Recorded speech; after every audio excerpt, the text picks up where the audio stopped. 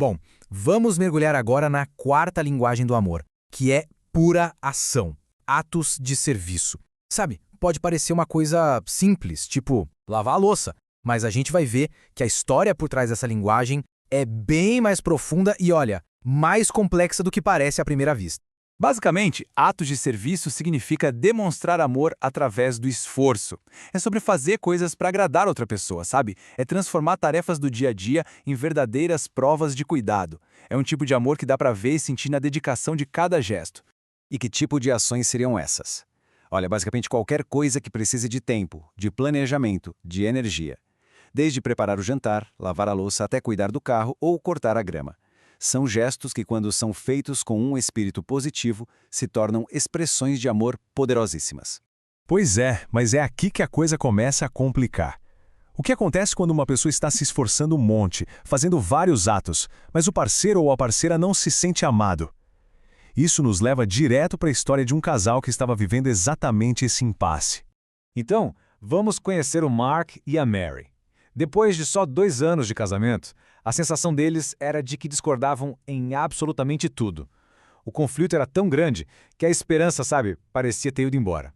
A história deles é um estudo de caso perfeito de como essa linguagem do amor pode dar muito, muito errado, mas felizmente também muito certo. No meio de desespero, o Mark fez essa pergunta quase teórica para um conselheiro. Mas por trás dessa teoria tinha uma dor muito real. Ele estava, na verdade, perguntando: será que pra gente ainda tem salvação? Essa pergunta mostra o tamanho do buraco que tinha se formado entre eles. E o centro da tempestade era esse aqui. O Mark reclamava que a casa era um chiqueiro. Já a Mary sentia que ele esperava que ela fizesse tudo sozinha, como se um marido não tivesse nenhuma responsabilidade em casa. Eles estavam completamente presos num ciclo de acusações e de expectativas que nunca eram atendidas. A situação parecia não ter saída, né? Foi então que o conselheiro começou a cavar mais fundo, a ir além das brigas sobre caça e limpeza. Ele estava prestes a descobrir a verdadeira raiz do problema. E a resposta era, no mínimo, surpreendente. O ponto da virada veio com essa pergunta, feita para Mary.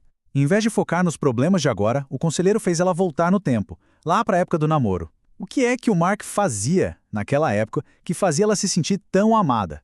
Nossa, a resposta da Mary foi uma revelação. Não foram presentes, nem palavras bonitas que a conquistaram, mas os atos de serviço do Mark. Ele ajudava com os trabalhos da faculdade, com a louça. Ele estava ali, presente, ajudando. E depois do casamento, tudo isso sumiu. A fonte de amor dela tinha secado. E aqui vem a grande virada da história. O problema não era que eles eram incompatíveis. Pelo contrário, tanto Mark quanto a Mary tinham a mesma linguagem primária do amor: atos de serviço. Peraí, eles falavam a mesma língua, mas não conseguiam se entender? Como assim? A resposta está numa ideia muito interessante, a dos dialetos. Imagina só, 2 pessoas podem falar português, mas uma usa gírias de um lugar e outra de outro, e aí já dá confusão. Era isso que acontecia. Para o Mark, amor era chegar e encontrar a casa limpa. Para Mary, amor era ele ajudar ativamente nas tarefas. Eram atos diferentes, dialetos diferentes da mesmíssima linguagem. Com o diagnóstico em mãos, a solução ficou bem mais clara. Não era sobre trabalhar mais, mas sim sobre se comunicar de um jeito diferente. Eles precisavam parar de fazer exigências um para o outro e começar a fazer pedidos. Uma mudança que parece pequena, mas que transforma tudo.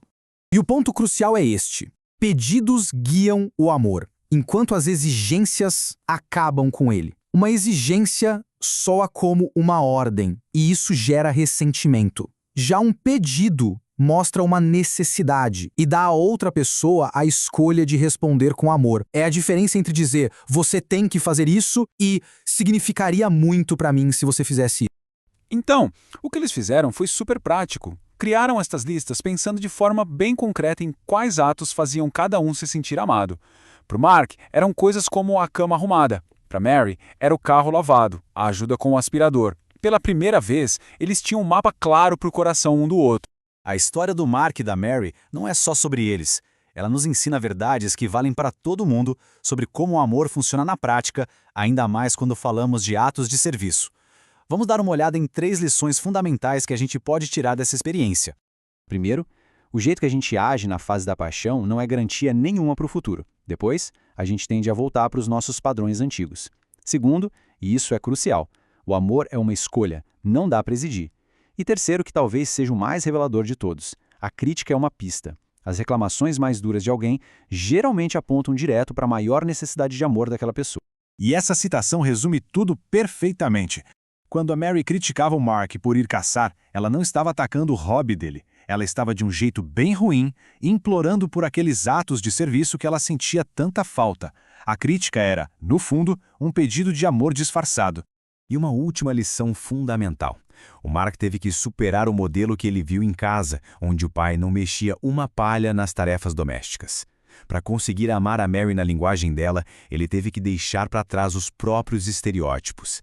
Às vezes, para amar de verdade, a gente precisa questionar nossas crenças mais antigas. E para a gente fechar, fica aqui uma reflexão. Depois de entender toda a jornada do Mark e da Mary, a pergunta é: qual pequeno ato, qual dialeto específico poderia encher o tanque de amor de alguém importante na nossa vida hoje? Às vezes, a maior das mudanças começa com a menor das ações.